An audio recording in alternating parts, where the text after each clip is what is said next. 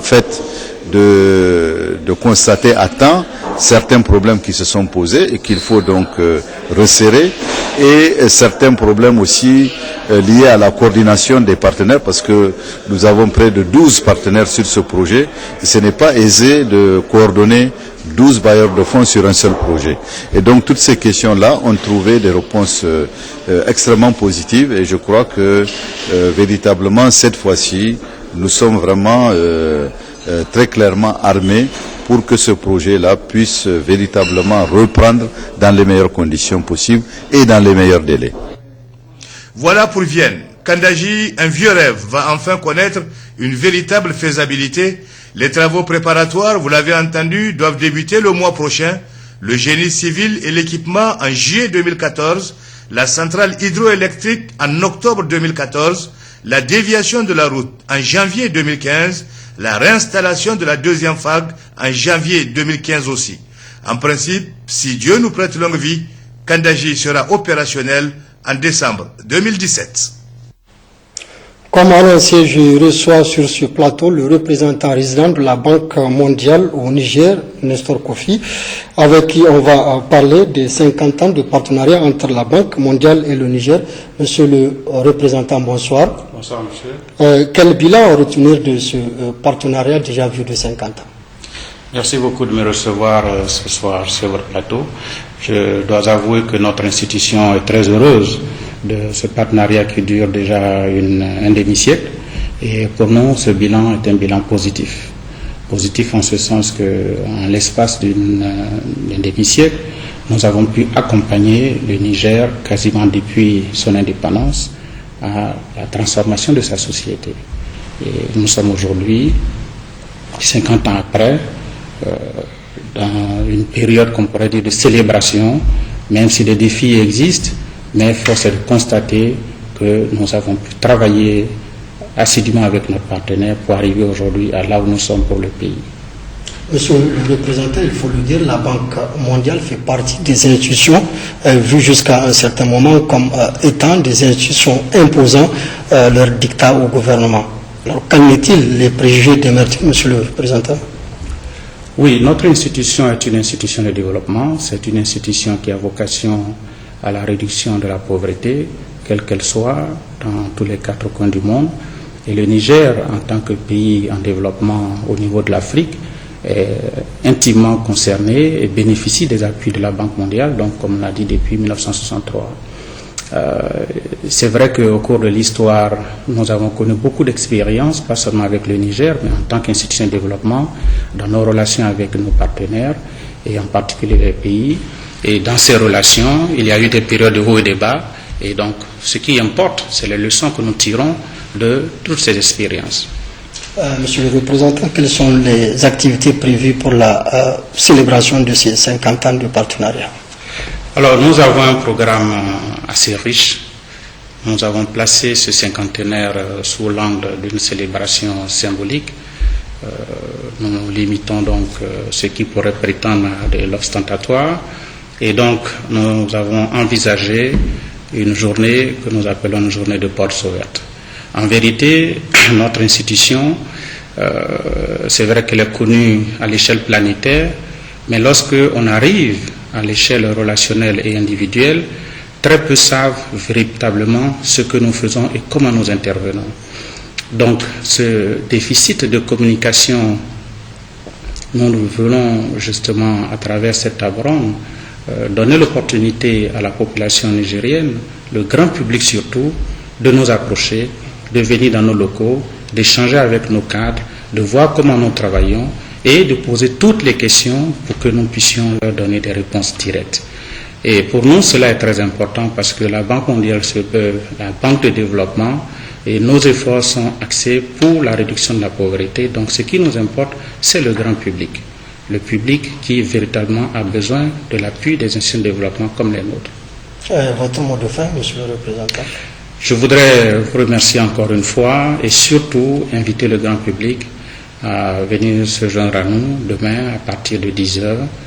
Nos locaux sont situés au quartier du Plateau, le quartier administratif, et plus précisément au 187 de la rue des Dalols. Nous sommes quasiment ouvert donc le matin jusqu'au soir pour recevoir tous et toutes celles qui seront véritablement intéressées de savoir un temps pour soit peu ce que la Banque mondiale fait à travers le monde et en particulier pour le Niger. Merci, monsieur le représentant, d'être venu rester avec nous pour suivre la suite de cette édition. Clôture hier après-midi à Niamey des travaux de la 50e session ministérielle de l'autorité de développement intégré de la région Liptako-Gourma. Une grande réflexion a été menée en vue d'améliorer l'organisation pour en faire un modèle d'intégration régionale. Compte rendu Mahmoud Idrissa Maïga et Issouf Suleiman. C'est sur une note de satisfaction générale qu'ont pris fin hier après-midi à Niamey les travaux de cette 50e session du Conseil des ministres de l'autorité de développement intégré de la région de Liptako-Gourma.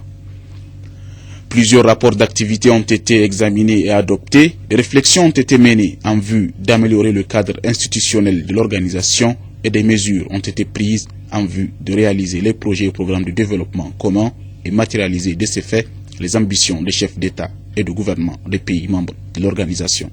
Les membres du Conseil ont fait des amendements pour amélioration de la présentation des prochains rapports et exprimer quelques inquiétudes sur les principaux points suivants. La lenteur constatée dans la réalisation de l'audit structurel dont les conclusions sont attendues pour orienter les prises de décision. La non prise en compte suffisante des secteurs des mines et de l'industrie dans le programme triennal d'investissement, la nécessité pour l'ALG de s'inspirer des nouvelles initiatives offertes aux États pour formuler des programmes et projets intégrateurs. Pour toutes ces préoccupations, la Direction générale de l'ALG a pris acte et a apporté quelques éléments d'éclaircissement. Une motion spéciale de remerciement a été ainsi adressée au président de la République, chef de l'État Issoufou Mahamadou, ainsi qu'au gouvernement et au peuple nigérien par les différentes délégations.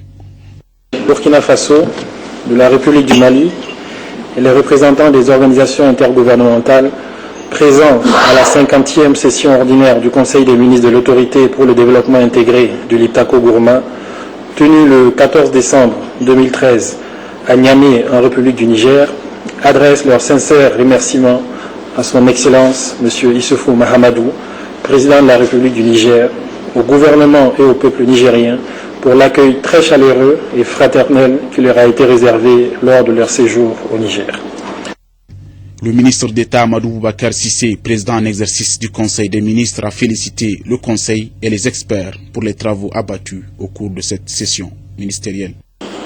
Madame et Messieurs les ministres, Mesdames et Messieurs, à l'issue des travaux de notre 50e session ordinaire, nous venons donc de prendre d'importantes décisions allant dans le sens du renforcement de la nouvelle dynamique insufflée à notre institution par les chefs d'État. Je me félicite de ces importantes décisions qui contribueront sans nul doute au renforcement de la solidarité entre nos trois États et de la vitalité de notre organisation commune. La direction générale de l'autorité de Liptako-Gourma compte donc se mettre au travail et se doter des moyens nécessaires pour ainsi atteindre les objectifs de l'organisation et faire d'elle un modèle d'intégration régionale. Le ministre de l'Équipement a, dans un point de presse tenu ce matin, fait le point des grands travaux de la ville du Niamey annoncés au dernier Conseil des ministres. Ibrahim Noman a également fait le point de sa récente mission à l'intérieur du pays pour voir l'état d'avancement de certains travaux. Les détails avec nos reporters Djouari Isiaka et Mohamed Adam. Lors du Conseil des ministres du 13 décembre dernier, au titre du ministère de l'Équipement, des projets de décrets d'utilité publique ont été adoptés. Il s'agit des projets de construction des échangeurs au niveau du rond-point de Martyr au rond-point Kennedy, celui des armées au rond-point 16e ou celui du carrefour Laco, et la projection du troisième pont sur le fleuve à partir de Goudel, et la construction également des routes dans la ville de Niamey. Tout ceci rentre dans le cadre de la mise en œuvre du projet Niamey-Niala. Le ministre a tenu à rassurer les populations de Niamey que les dispositions seront prises pour dédommager les personnes exerçant leur activité ou habitant les sites concernés. Donc, il n'y a pas lieu de polémique ou des inquiétudes à se faire suite à la volonté de la mise en œuvre des projets. Si nous devons commencer tous ces trois chantiers, dans Niamey, vous convenez avec moi que la circulation sera bloquée à Niamey. Et nous n'allons pas, évidemment, nous voulons fluidifier la circulation, pas la bloquer. Donc, raison pour laquelle nous allons prendre les dispositions nécessaires pour que la circulation ne soit pas bloquée de Niamey au vu des travaux de ces chantiers. Ce qu'il faut dire que c'est vrai, il y a une inquiétude au niveau des riverains qui se demandent comment ça va se passer. Bon, il y a une loi au Niger qui réglemente toutes ces questions-là. Et comme je l'ai dit chaque fois, que les gens, deux fois, sont pressés. On pense que dès qu'on commence un chantier, il faut directement indemniser les uns et les autres. Cela ne peut pas se faire, puisque, comme je l'ai expliqué hier même au niveau de la télé, il est dit que quand vous prenez les impactés, ceux qui ne sont pas touchés par une destruction quelconque, j'ai pris l'exemple d'un boutiquier par exemple, qui a une boutique, mais du fait des travaux, se voit sa boutique fermée pendant un certain temps. Vous ne pouvez pas l'indemniser tout de go. Vous ne pouvez pas l'indemniser tout de suite. Vous êtes obligé d'attendre la fin des travaux pour calculer le nombre de temps qu'il a été impacté et en tirer les conséquences. Donc c'est dire qu'on ne peut pas d'emblée chercher à régulariser tout le monde en même temps. Ce fut l'occasion aussi pour le ministre de faire le point de sa récente visite à l'intérieur du pays pour voir l'état des travaux dans les différents chantiers initiés, notamment Sarnawa Madawa, Difa Ngingmi, Zender Guinimouni, Diagiri Goudoumaria, Bella Gaya, Guidanrouji Madawa et Maradi Madaronfa. Nous avons fait la visite sur le chantier Moujia et la Badegishiri et avec ses bretelles. Il faut dire que le chantier, c'est vrai, il est un peu en retard. Par rapport à l'exécution, il est en retard. Mais l'importance de cette visite c'est de faire le point et de dire aux entreprises, voilà ce que nous attendons d'elles. Et que nous n'allons pas accepter que les uns et les autres dorment sur leur laurier et ne rendent pas les travaux qui leur sont donnés dans les délais. Les conclusions qu'on peut tirer selon le ministre lors de cette visite à l'intérieur sont le manque de protection des routes, le retard et la lenteur des travaux, l'inefficacité de certaines entreprises. Mais pour cela, le gouvernement va prendre les dispositions nécessaires pour la bonne marche des chantiers et une mise en œuvre efficace des différents projets en cours et en projection. Le ministère des Enseignements professionnels et techniques a, dans le cadre de l'amélioration des formations et leur adéquation à l'emploi, dépêché une mission à Cotonou, au Bénin, mission dont vous suivrez la synthèse en partie magazine de ce journal. Cérémonie de clôture hier après-midi à Niamey de la revue annuelle 2013 des réalisations et résultats du ministère de la Jeunesse et des Sports. Pendant 3 jours, les participants ont échangé sur l'état de ces résultats et débattu des actions futures susceptibles de garantir l'atteinte des objectifs assignés. Les précisions avec Diouari Isiaka et Askou Jibrila. Les cadres du ministère de la Jeunesse et des Sports, les sous-secteurs de la Jeunesse et des Sports, les services techniques du ministère concernés, la jeunesse, le partenaire technique et financier, les encadreurs de la cellule de suivi de l'action gouvernementale et de l'École nationale de l'administration et de la magistrature ont procédé à l'examination des actions du ministère au cours de l'année 2013. L'examen des travaux ont permis aux participants de formuler des propositions et des recommandations. Réunis les 12, 13 et 14 décembre 2013 à Niamey, le participant à la revue annuelle du secteur jeunesse et des sports recommande à l'endroit du gouvernement la mise à disposition à temps des ressources nécessaires à la mise en œuvre des projets et programmes du secteur. Recommandation numéro 2. Recommande l'accompagnement des services déconcentrés dans le processus de transfert de compétences et de ressources aux collectivités territoriales. Recommandation numéro 3. L'implication adéquate et à tous les niveaux des acteurs dans le processus de préparation et d'exécution du budget. Recommandation numéro 4. La mise en place d'un plan de formation du secteur de la jeunesse et des sports. Recommandation numéro 5. Aux collectivités et aux partenaires. Une plus grande implication dans l'élaboration et l'exécution des projets et programmes du secteur de la jeunesse et des sports qui ne sauraient être que du seul ressort de l'État. Les travaux de cette revue annuelle 2013 du ministère de la Jeunesse et des Sports rentrent dans le cadre d'atteinte des objectifs des sous-secteurs de la jeunesse et des sports définis dans le PDS 2012-2015. J'ai su, à travers les comptes rendus de vos travaux, tout le crédit que vous avez accordé à cette revue, et j'ai particulièrement noté avec satisfaction la qualité des échanges et des débats qui en ont découlé. Ce qui vous a permis d'élaborer un plan de travail annuel 2014 adéquat et de dégager des propositions et recommandations pertinentes conformément au programme de développement économique et social PDS 2013-2015 du gouvernement de la 7e République. Vous avez aussi su établir la cohérence nécessaire entre les ressources prévues au titre du budget national et celles annoncées par nos partenaires techniques et financiers et mutualiser vos expériences qui ont sans doute permis de renforcer vos capacités en matière de suivi des programmes. Le ministère s'engage selon son représentant à faire un plaidoyer fort partout où le besoin sera pour un soutien des actions issues de cette revue annuelle 2013.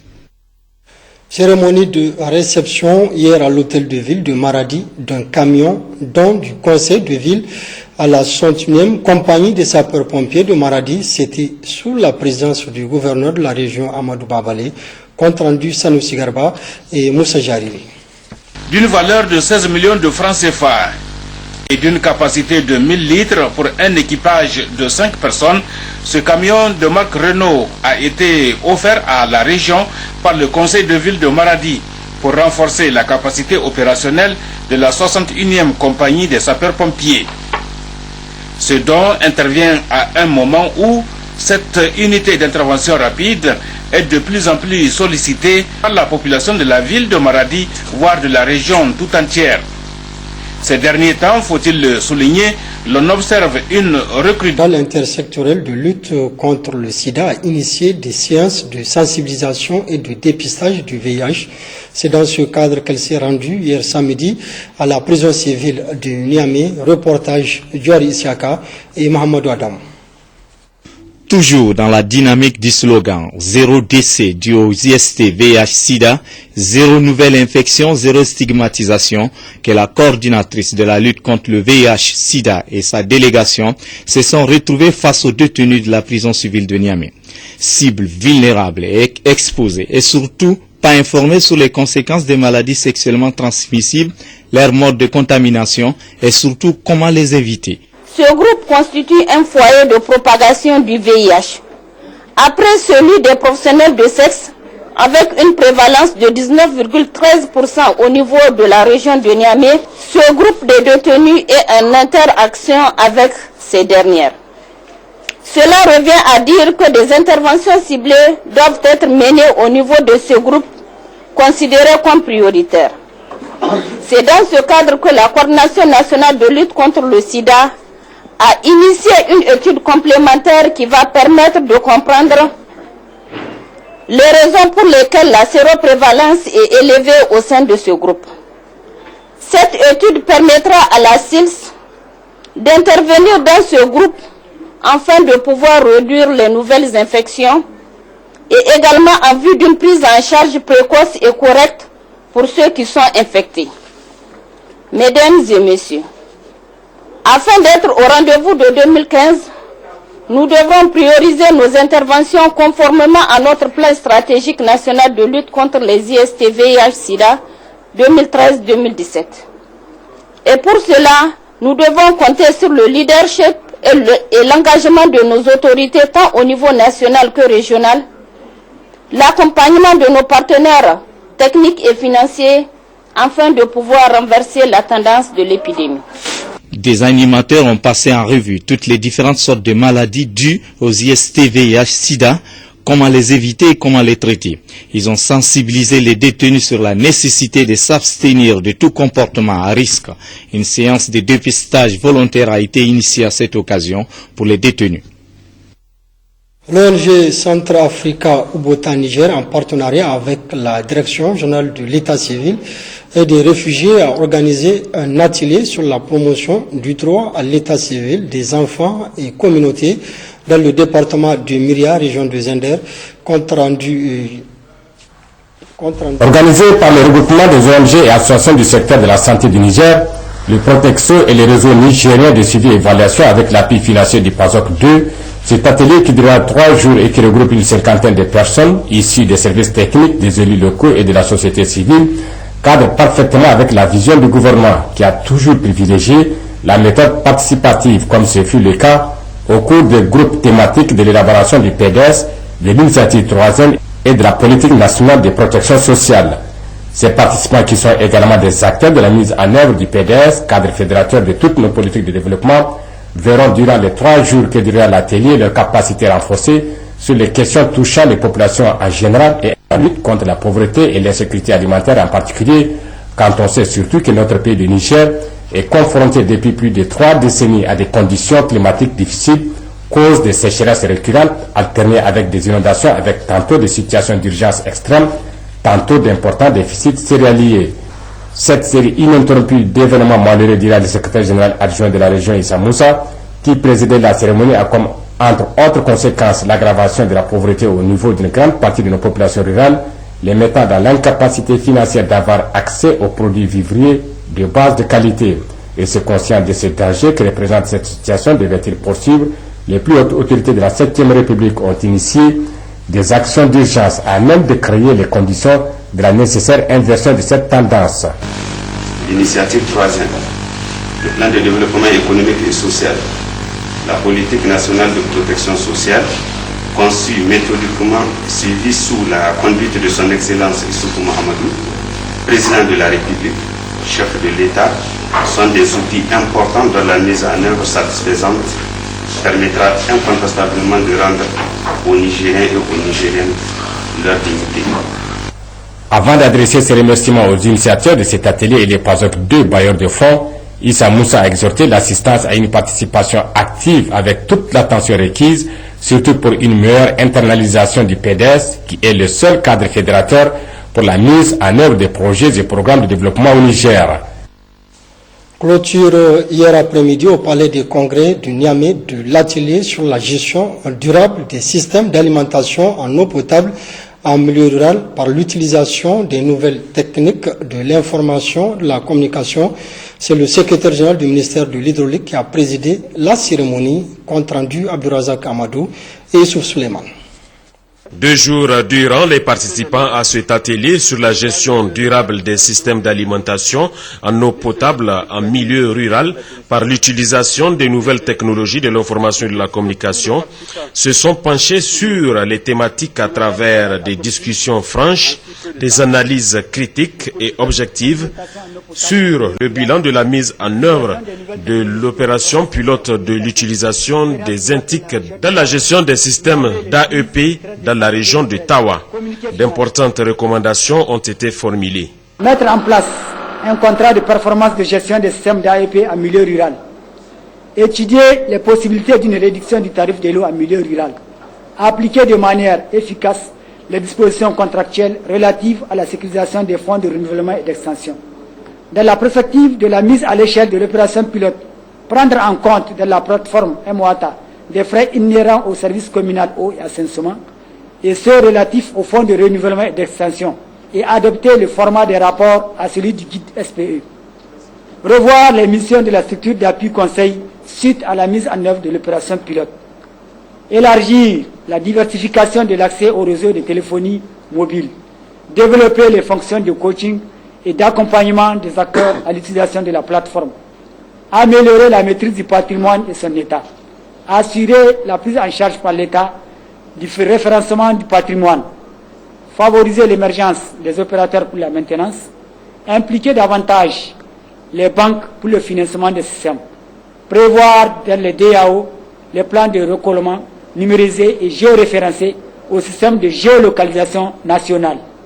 Le secrétaire général du ministère de l'Hydraulique et de l'Assainissement, en prenant la parole, a salué la participation active des partenaires techniques et financiers aux discussions dans la recherche des solutions pour l'alimentation durable en eau potable des populations et du cheptel. Puis-je vous rassurer que le ministère de l'Hydraulique et de l'Assainissement prendra toutes les dispositions idoines pour créer les conditions nécessaires à la mise en œuvre des recommandations ici de vos travaux. Je voudrais terminer mes propos en réitérant mes remerciements à tous les partenaires techniques et financiers du secteur de l'eau et de l'assainissement et particulièrement à la Banque mondiale et à l'Agence française de développement pour leur appui appréciable depuis le lancement de l'opération pilote jusqu'à la tenue de cet atelier. À l'ensemble des participants, je dis simplement merci pour la contribution aux travaux, tout en vous souhaitant bon retour dans vos lieux de travail respectifs. Je déclare clos l'atelier sur la gestion durable des systèmes d'alimentation en eau potable en milieu rural par l'utilisation des nouvelles technologies de l'information et de la communication. Bilan somme toute positif à l'issue de ces travaux de cet atelier sur la gestion durable des systèmes d'alimentation en eau potable en milieu rural par l'utilisation des nouvelles technologies de l'information et de la communication, et les contributions aux travaux permettront sans nul doute de cerner les conditions de déploiement de celles-ci à l'échelle du pays. Ouverture à Dosso ce dimanche de la réunion du Conseil fédéral extraordinaire du Parti nigérien pour la démocratie et le socialisme, PNDS Taraya, compte rendu Ousmane Abdou et Harissou Garba. Les assises de ce Conseil fédéral extraordinaire du PNDS Taraya à Dosso, en prélude à la tenue du 6e congrès du Parti Rose, ont pour objet la préparation du congrès au niveau de la fédération de Dosso. Les délégués vont également examiner entre autres le bilan des activités depuis 2011, le bilan du renouvellement des structures, les amendements aux textes fondamentaux et les perspectives politiques. Après les mots de bienvenue du président de la section PNDS Taraya Dosso Commune, le président du bureau exécutif fédéral de Dosso a cité le contexte dans lequel se tient ce conseil fédéral. Le présent conseil fédéral intervient après les débats politiques intervenus suite à la formation du gouvernement d'union nationale, expression de la volonté du président de la République, son Excellence Issoufou Mahamadou, de rassembler plus encore les Nigériens autour du programme de renaissance du Niger. Paris gagné. L'heure est désormais au travail pour l'atteinte des objectifs que nous nous sommes assignés dans tous les secteurs, secteurs politiques, secteurs sociaux, secteurs économiques, etc. Notre parti se doit d'apporter sa contribution dans l'accomplissement et le soutien au gouvernement pour la réalisation de cet ambitieux programme. Pour le PNDS Taraya, l'heure est au travail. Et pour ce faire, le président Foumakoy Gado a offert 4 véhicules 4x4 à la fédération PNDS Taraya de Dosso. La fédération PNDS Taraya de Zender a également tenu son conseil fédéral ordinaire en prélude au congrès de l'instance nationale prévu les 28 et 29 décembre 2013 à Niamey. C'était hier samedi à Matamé sous la présidence du député Maman Wazir, coordinateur régional du PNDS Taraya au titre de la région de Zender. Reportage Garba Maman Kabirou et Ali Abdou.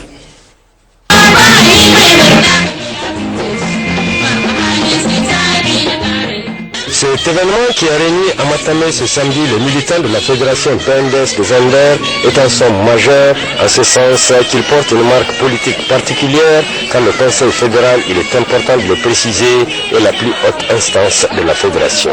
C'est en effet une rencontre importante de toutes les structures de la fédération PNDS Taraya de Zender qui plus est intervient au moment où le Niger est résolument engagé dans le processus de son développement économique et social dont la pierre pendulaire et la philosophie de la Renaissance avec comme l'un des pivots fondamentaux, axe un peu plus stratégique, l'initiative 3N, les Nigériens nourrissent les Nigériens.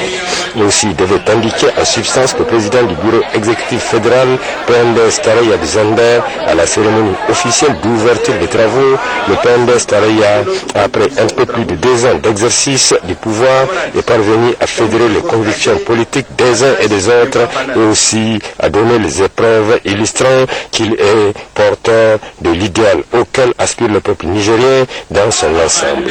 Car s'il est une évidence, c'est bien celle des réalisations faites sous l'impulsion du président de la République Issouf Mahamadou pour assurer au peuple nigérien son bien-être a tenu à justifier El Hajj Magaji Dada, lequel n'a pas manqué de se réjouir et de tirer un motif légitime de satisfaction au regard de l'élargissement et du renforcement de l'assise politique du PNDS Taraya dans la région de Zander qui a eu à insuffler une nouvelle dynamique organisationnelle à ses structures de base.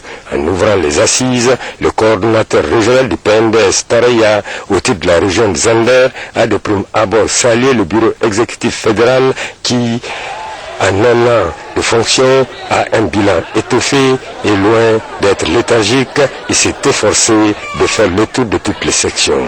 Ce conseil fédéral, le 6e depuis la création du parti, devait expliquer le député national Maman Waziri et le premier du genre à se tenir au moment où le PNDS parvint au pouvoir dans le cadre d'une alliance qui s'appuie encore sur une majorité confortable, nonobstant le départ du moderne FA Lumana. C'est le lieu ici, à l'occasion de cette instance régionale de notre parti, d'apporter notre solide soutien à notre gouvernement, à son chef, son excellence Brigitte Raffini, Premier ministre, qui a eu l'audace de se présenter devant la représentation nationale pour qu'elle lui accorde sa confiance afin de continuer à mettre en œuvre le programme de développement économique et social. La Fédération des Zender, par ma voix, apporte aussi son soutien indéfectible et son encouragement à son Excellence, M. Mahmoud Issoufou, président de la République du Niger, chef de l'État, pour tous les efforts qu'il déploie pour la recherche du bien-être du peuple nigérien. Auparavant, et dans son mot de bienvenue, le député national Al-Hajj Moutari Idi, président de la section haute, a tenu à remercier le bureau exécutif fédéral de Zander et exprimer sa profonde gratitude pour le choix porté à sa section pour abriter ce conseil fédéral ordinaire. Le bureau exécutif national OJT, organisation des jeunes Taraya en tournée à l'intérieur du pays, a rencontré hier à Tillabéri les différentes structures de l'OJT. Objectif, prendre contact avec les responsables de ces structures. Compte rendu Zakari Maman.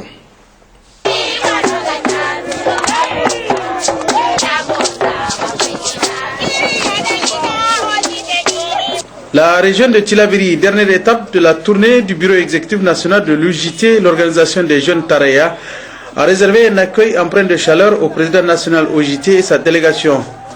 Toutes les fédérations OJT de la région étaient de l'accueil. Peu après, la délégation s'est retrouvée dans la salle de réunion de l'ENI, école normale des instituteurs, où attendaient notamment militants et militantes de l'OJT pour la rencontre. Chants, discours ont constitué l'essentiel du programme de la rencontre.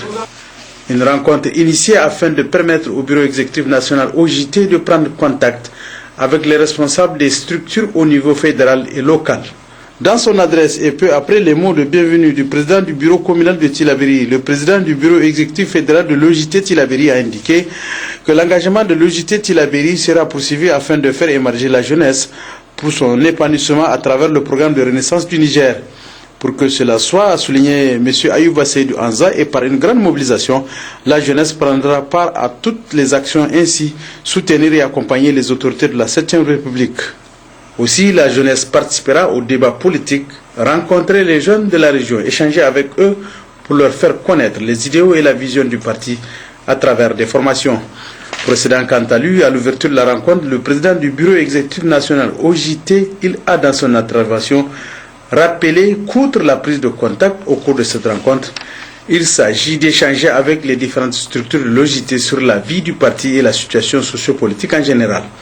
Par cette rencontre, a ajouté le président du bureau exécutif national OJT, Maître Ibrahim Djibo, il s'agira aussi de faire l'état des lieux des structures OJT dans la région à tous les niveaux, sections, sous-sections et bureaux de district.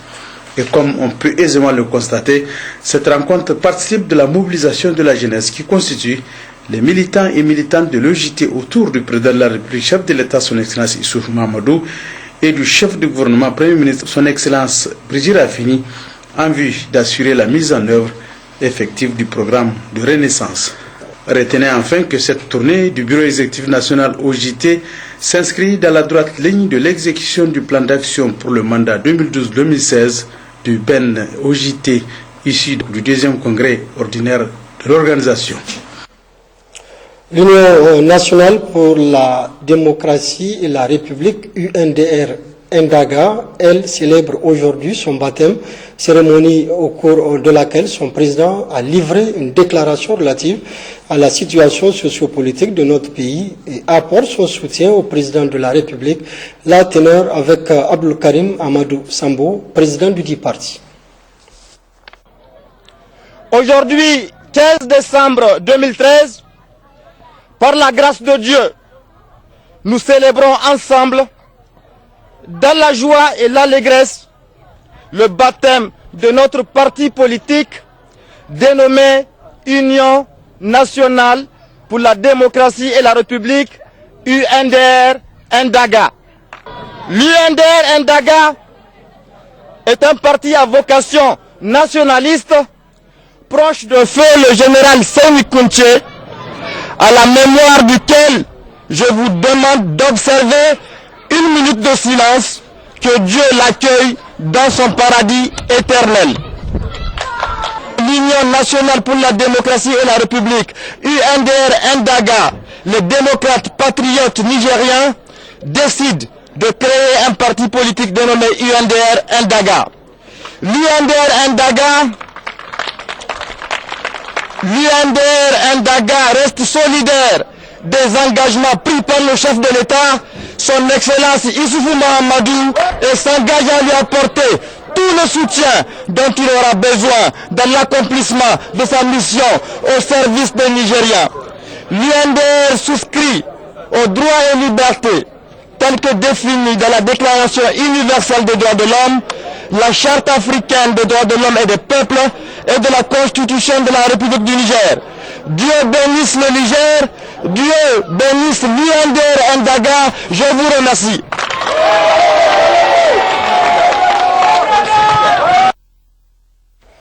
L'aménagement sécuritaire du groupe nucléaire français Areva, après avoir analysé les accidents intervenus sur ces différents sites de par le monde, avait conclu que l'ensemble des règles et des bonnes pratiques pouvaient être résumées en 9 standards facilement applicables sur tous ces sites. C'est pourquoi une journée de sensibilisation sur la sécurité a été organisée depuis novembre 2013 au niveau de la Somaïr à Arlit, à l'intention du personnel et des entreprises, compte rendu Hachim Mohamed et Nassirouna Kakali.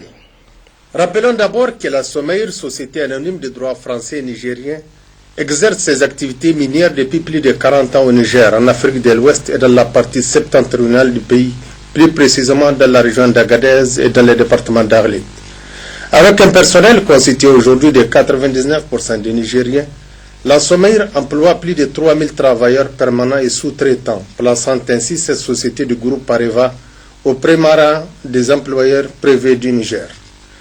La Somaïr adhère à tous les engagements au niveau international, souscrits par le groupe Areva et au niveau national. La Somaïr agit dans le respect des lois et règlements de l'État du Niger et assume de façon responsable ses missions sociétales vis-à-vis de toutes ses parties prenantes. Aussi, malgré l'accroissement des activités et du personnel en conséquence, la Somaïr a toujours su garder le cap, dans la mesure où les résultats de sécurité atteints ont toujours été dans la limite des objectifs assignés. Cependant, pour mieux améliorer les indicateurs liés à la fréquence d'accidents de travail relativement faible par rapport aux différents sites d'Areva à travers le monde, le groupe Areva a décidé justement d'organiser au mois de juin 2013 une journée de sensibilisation au niveau de tous ces sites sur la sécurité. Pendant ce temps, la Somaïr était encore sous le choc du traumatisme provoqué par le double attentat terroriste qui a endommagé, comme vous le savez, le 23 mai dernier, une partie de ses installations. Mais grâce à la détermination sans faille du personnel et de l'encadrement, tout est rentré dans l'ordre. 2013 aura été une année difficile pour Somaïr avec 7 accidents dont un décès, alors que l'objectif est de 0 accident.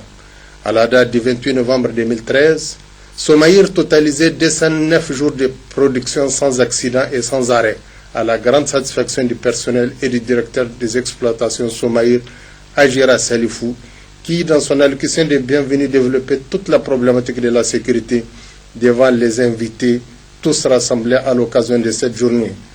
En première ligne, on remarquait la présence du directeur général de la Somaïr, Andrieux Jean-Luc, les responsables de sécurité du groupe Areva, Madame Émilie Lacroix, le secrétaire général de la préfecture d'Arlit, Ibrahim Hamma, et d'autres personnalités civiles et militaires, tous pour manifester leur attachement à la célébration de cette journée d'information. Aujourd'hui, nous sommes à 209 jours sans accident avec arrêt, et je vous encourage sur cette voie. C'est surtout enregistré en matière d'engagement en sécurité qui explique ces résultats dont je viens de parler.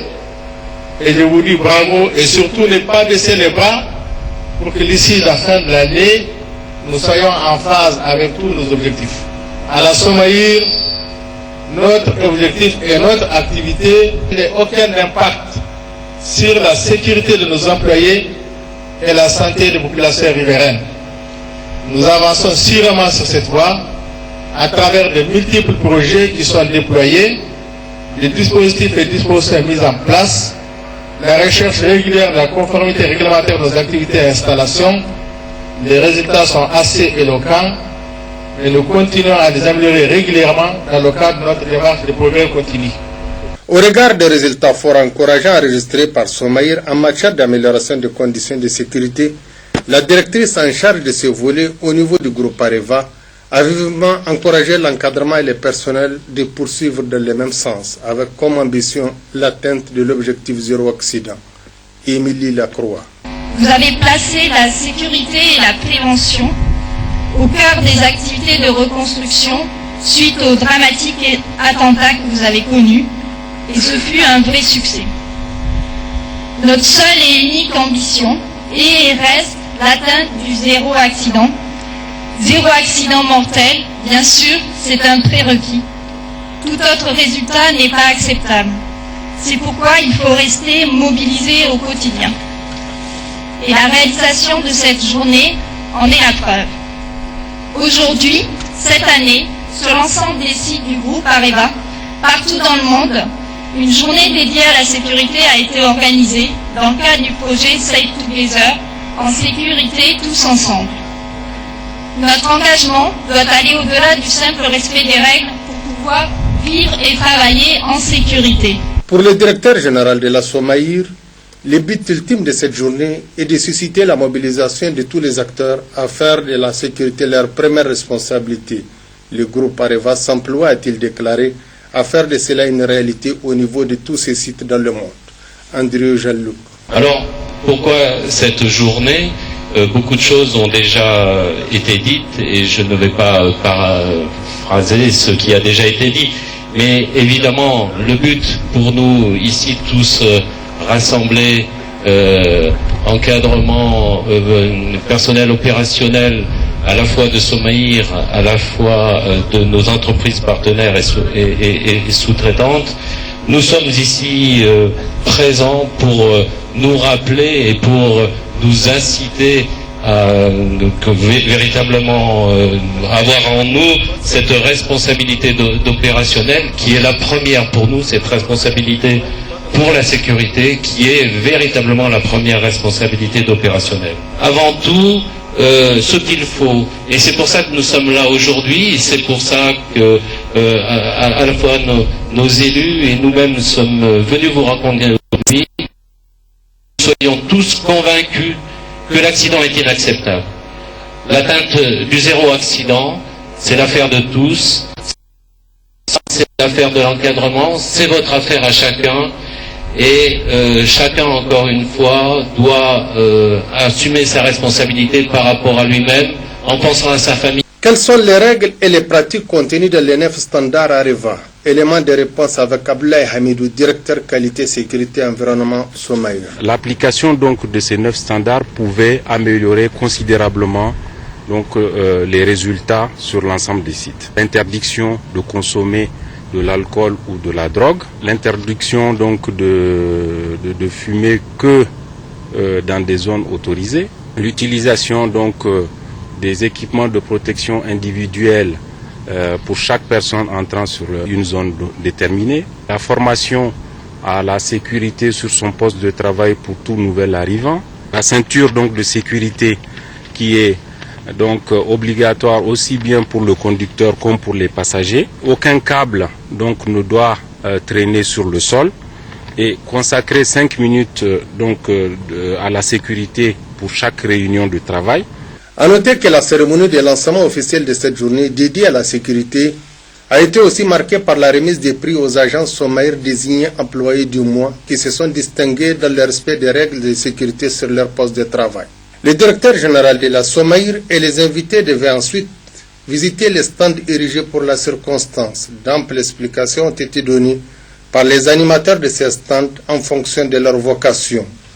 Un échantillon représentatif des règles des mesures applicables sur les installations Somaïr avec respectivement Mohamed Ilyas, contremaître entretien usine, Moukel Alzouma, électricien instrumentation Somaïr, Ibrahim Boubacar Modibo de la radioprotection. Notre stand se compose de 3 volets principaux, un volet consignation électrique, le second consignation fluide et le troisième consignation mécanique. Ces volets doivent interpeller les gens sur les précautions qui sont prises à l'usine pour permettre aux gens de travailler en toute sécurité. Les intervenants au sein de la zone, au sein de l'usine, au sein des installations, quand ils interviennent, sont soumis à plusieurs dangers qui sont d'ordre électrique, qui sont d'ordre chimique ou corrosif à travers les fluides qui sont acheminés dans les installations, ou d'ordre mécanique. Donc les consignations sont là pour prévenir tous ces risques. Donc elles sont faites par des personnes habilitées, formées, et elles font suite à des analyses de risques menées par le chef d'installation et le responsable des travaux et même le chargé de consignation. Tout cela porte à mettre une sécurité assez importante pour permettre aux gens de travailler professionnellement sans aucun souci. Pour parer à ces risques que comporte notre métier, il y a une procédure d'autorisation de travail et de consignation électrique.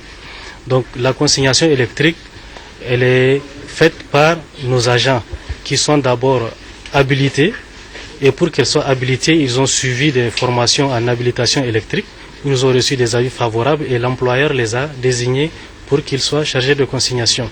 Pour la surveillance radiologique des travailleurs, nous avons donc deux méthodes. Donc la partie prévention où nous faisons donc des mesures en continu sur les risques que nous avons, donc notamment les poussières, les descendants du radon à vue courte et les rayonnements gamma.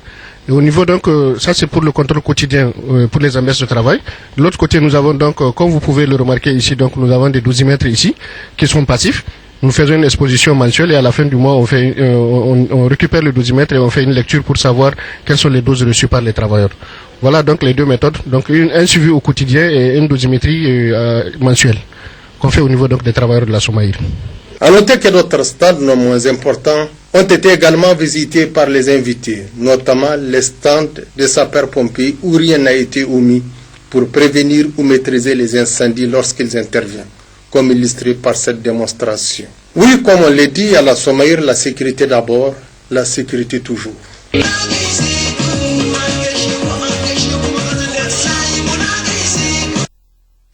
Un Boeing 747 affrété par la compagnie Air Niamey a acheminé hier après-midi les derniers bagages des pèlerins nigériens. Il s'agit de plus de 50 tonnes de bagages excellents cumulés pour le retour des pèlerins. Les précisions avec nos reporters Gérard Ablaziz et Tahir Hassan. À l'issue de ces 8 vols retour ayant transporté 4000 pèlerins conformément au contrat qu'elle a signé avec le commissariat au Hajj Koho, Air Niamey s'est retrouvé avec un excédent de bagages de 55 tonnes. Pour satisfaire sa clientèle, la compagnie aérienne a déboursé 100 millions de francs CFA hors contrat Coho pour affréter ce samedi ce Boeing 747-200 cargo qui a transporté les bagages. Quand vous avez des pèlerins qui viennent avec 3-4 bagages à main, vous vous retrouvez forcément à privilégier l'acheminement des bagages à main au détriment des bagages en soute. Parce que les bagages à main sont constitués essentiellement d'effets personnels. Donc les racks à bagages en cabine ne pouvant que prendre un seul bagage au maximum, l'avionneur se trouve à mettre ses bagages à main prévus normalement dans les racks à bagages dans les compartiments soute. Ce qui fait qu'on est obligé de délester les bagages en soute pour prendre les bagages à main. Et quand vous faites chaque vol, quand vous vous retrouvez avec un surplus de 200 à 300 bagages à main, évidemment vous délestez à peu près l'équivalent, un peu moins, en bagages en soute. Donc c'est le cumul de tous ces bagages en soute délestés qui ont donné ce résultat de 55 tonnes de bagages qui sont restés en rade à l'aéroport international de Jeddah. Donc c'est vraiment une sensibilisation sur cet état de fait. Il faut que tous les acteurs s'y mettent. Comme je l'ai dit, le commissariat au Hajj est à sa première édition. Moi je pense que il faut se féliciter déjà du travail qu'ils ont abattu parce que ils étaient pratiquement en train de s'installer quand il y a eu l'organisation de ce Hajj 2013. Donc ensemble, il faudrait tirer ces leçons une bonne fois pour toutes. Le COO félicite Air Niamey pour cet effort énorme en faveur des pèlerins et s'engage à venir à bout de ce problème récurrent de bagages. Cet excédent est vraiment la responsabilité de nos pèlerins qui n'ont pas respecté donc les consignes données par le COO. C'est pourquoi le COO envisage, Inch'Allah, de prendre ce problème en charge pour le Hajj à venir, comme il l'a dit. Nous envisageons déjà d'uniformiser ou bien de formaliser les valises de bagages en soute et les valises de bagages en main comme le font d'autres pays. Les pèlerins concernés ont commencé à retirer leurs bagages depuis ce matin à la douane de l'aéroport international Diori Hamani. Nous arrivons à la partie magazine de ce journal. Le ministre des Enseignements professionnels et techniques a, dans sa stratégie d'amélioration des formations et leur adéquation à l'emploi, dépêché une mission à Cotonou au Bénin, une mission qui a échangé et partagé avec les techniciens du pays hôte sur les approches par compétences, mais aussi et surtout sur un cadre cohérent de certification des cursus de formation, de validation des acquis professionnels. Elle a par ailleurs visité le centre de formation Songhai de Porto-Novo. La synthèse avec nos envois spéciaux, Jibril Namalka et Lawali Yahya. Très bonne réception et excellente soirée à tous. Le ministère des Enseignements professionnels et techniques, dans sa politique de développement du sous-secteur, s'active avec l'appui de l'État et de ses partenaires financiers et techniques à adopter l'approche par compétences comme méthode de développement et de gestion des programmes de formation professionnelle. Toute chose qui lui permettra d'adapter les formations aux réalités socio-économiques et de satisfaire avec plus de précision aux besoins du marché en main-d'œuvre qualifiée. En effet, le ministre Cheb Daïna a autorisé une délégation d'environ 13 personnes avec l'appui de la coopération luxembourgeoise à se rendre à Cotonou au Bénin pour dialoguer, échanger et partager avec leurs frères béninois qui sont en avance sur le Niger dans ce domaine, afin d'être mieux préparés pour s'engager dans le projet d'élaboration du cadre national de certification professionnelle et de validation des acquis professionnels et expérientiels. C'est ainsi que la délégation, conduite par Dr Abdoulaye Boucher, directeur de cabinet du ministre, a eu une séance de travail avec les techniciens béninois.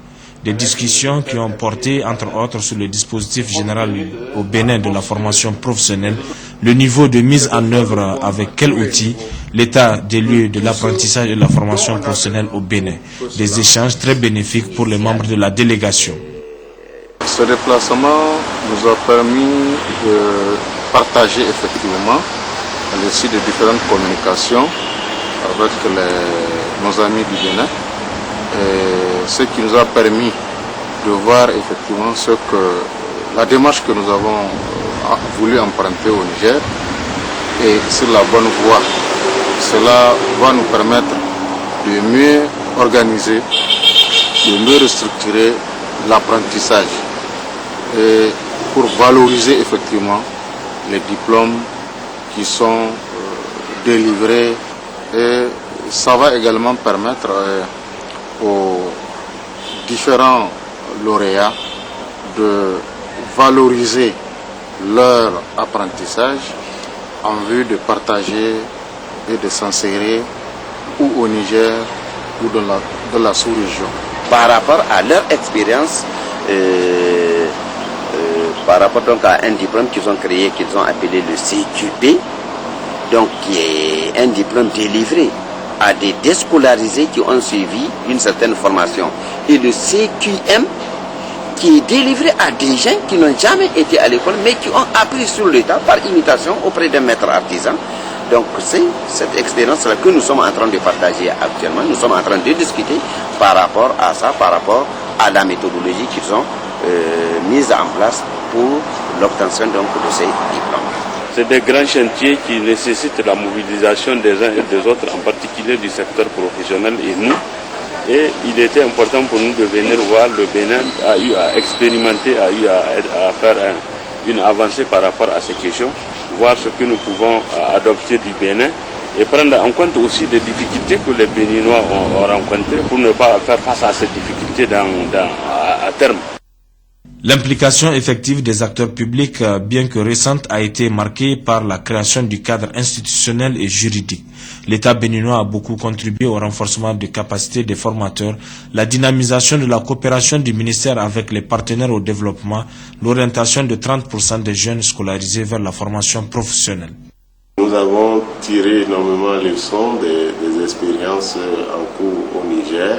C'est vrai que le Bénin a fait quelque part en avance, mais nous sommes tous confrontés aux mêmes difficultés et j'ai la ferme conviction que si on se met ensemble, si on travaille ensemble, les résultats seront probants de part et d'autre. Donc ça nous a permis de voir à quel niveau nous sommes et ça a permis de constater qu'entre le Niger et le Bénin, il y a une complémentarité dans le domaine de l'apprentissage. De la formation par apprentissage. Donc d'abord au niveau de la sous-région, surtout au niveau de l'UMOA, il y a beaucoup de choses que nous faisons ensemble. On veut maintenant fédérer les efforts au niveau des pays de la sous-région.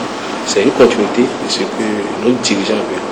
Donc c'était une très bonne expérience que nous sommes en train de vivre. Chef de l'État. Après une première journée riche en salles, la délégation devrait se rendre sur le terrain. Auparavant, Dr Labo Abdou Boucher a eu à échanger avec le directeur de cabinet du ministre de l'enseignement secondaire, de la formation professionnelle et technique, de la reconversion et de l'insertion des jeunes. Comment on peut mettre ensemble ce que le Bénin sait faire et ce que le Niger sait faire pour que ensemble nous puissions sortir quelque chose. Parce que nous souffrons des mêmes problèmes. Monsieur Djegui, félicitations à vous. Merci. Les bons mots sont sortis de la bouche de monsieur le directeur de cabinet. Tout ce que vous faites, c'est vraiment notre pays que vous honorez comme ça. À travers notre pays, vous montrez effectivement que l'UEMOA, la CEDEAO là, c'est un seul et même peuple. La preuve, vous ne pouvez pas aujourd'hui faire la différence entre un Ghanéen, un Togolais, un Béninois, sans parler du Burkinabé, du Nigérien et du Béninois. Ce n'est pas possible. Ce n'est pas possible. Cap est mis sur Porto Novo où le centre Songhai a accueilli la délégation. Un centre qui a pour ambition de favoriser l'émergence d'une nouvelle société africaine en développement, une politique d'entrepreneuriat socio-économique durable, l'aptitude à valoriser efficacement les ressources locales, naturelles et humaines, la capacité de jouer un rôle conséquent dans l'économie mondiale. Et c'est à cœur joie que le fondateur, promoteur de ce joyau, le frère Godfrey, a fait visiter à la délégation les différentes installations du centre. Un centre qui forme dans plusieurs domaines, produit, transforme et commercialise les produits. Pour former les cadres qu'il faut pour changer l'Afrique, c'est les gens qui ont la tête, mais aussi qui ont le bras et qui ont le cœur. C'est-à-dire une formation tout à fait différente qui va nous donner les capacités de changer les affaires. Songhai, comme vous voyez, c'est une organisation anticipatrice, d'une nouvelle vision transformatrice. Il disait qu'il y a 3 groupes première formation professionnelle, c'est-à-dire forme les gens de métier qui savent le faire correctement. C'est-à-dire au niveau de l'agriculture, dans ce cas-là, au niveau de mécanique et tout ça. Les formations que les gens connaissent les gestes pour vraiment produire ça. C'est premier. Deuxièmement, il faut les gens qui peuvent gérer. On peut avoir les techniciens extraordinaires, mais c'est que les gens qui vont utiliser les techniciens, la technologie et l'argent pour sortir plus de produits et de services qui est bien. On en a besoin, on n'en a pas beaucoup. On a des gens qui vont voir simplement. On a encore besoin de gens qui inventent, ce que vous avez vu ici. Les masses critiques, les gens qui inventent, qui voient au Niger, qui sont des possibilités, qui sont des opportunités et qui sont des besoins. Utiliser la tête pour créer des activités génératrices d'emplois, génératrices de produits. Et c'est ça aussi. Donc pour nous, c'est vraiment 3 groupes. Mais en Afrique, on n'a ni premier ni troisième. On a des masses de gens qui tendent la main.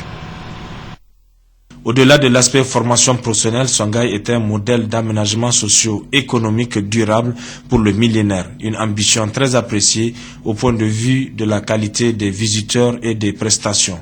Le frère Godfrey de poursuivre en souhaitant un accompagnement conséquent au président de la République, son Excellence El Hadj Issoufou Mahamadou, dans sa politique des 3 N. Les Nigériens nourrissent les Nigériens. La vision du président de la République est une grande vision. Mais la question, comment on peut y arriver? Il faut serrer la ceinture. Il faut abandonner l'ancienne idée de l'agriculture qui ne marche pas. Il faut que les gens prennent que si on peut le faire, c'est nous. On doit le faire nous-mêmes. Oui, la vision est extraordinaire. Mais la question, est-ce que nous sommes prêts à l'accompagner? Bon, la plupart du temps, nos idées sont des idées extraordinaires.